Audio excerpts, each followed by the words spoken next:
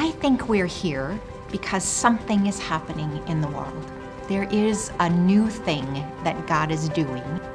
We're here to explore and discern together how we can help create environments to form and shape the leaders of the future church, particularly those that are feeling called to more kind of new entrepreneurial endeavors in neighborhoods and communities all over.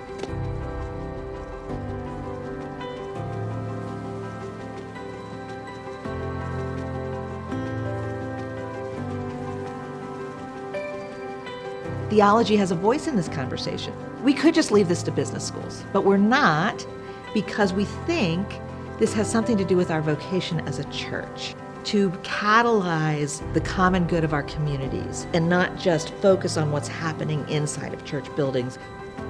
The world continues to have applied for social justice, for economic justice, but that our own institutions are not answering. We will need to be able to respond to that calling that the current generation has. And we really need to develop those muscles that help people with their why. Why does this matter? Why does their vocation matter? Why does their energy matter? Why does their idea matter?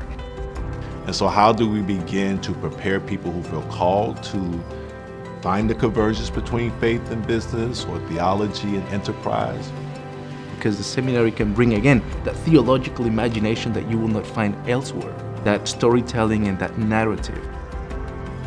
We're seeing a time and a space in leadership formation for the church where we need to kind of crack our imagination open about what church is, how church functions in a community, and that means that our leadership formation and the practices around that need to change. How can we train leaders theologically to think about economic practice? How does that shape our understanding of ownership, right? Our understanding of compensation and salary? How does that shape our imagination about who gets included and invited into that conversation? These are deeply theological questions. Communities are in need now, and if we're not going to equip them now, there's just more generations that are not going to get the help they need, that are going to continue to be unserved. I describe it as trying to name a smell. We smell something that is shifting out there and that is more in tune with where people are on the ground, and that feels a lot like a calling from God. It is time. It is time now. The church has changed, the world has changed, people have changed, and it's time that we change along with it.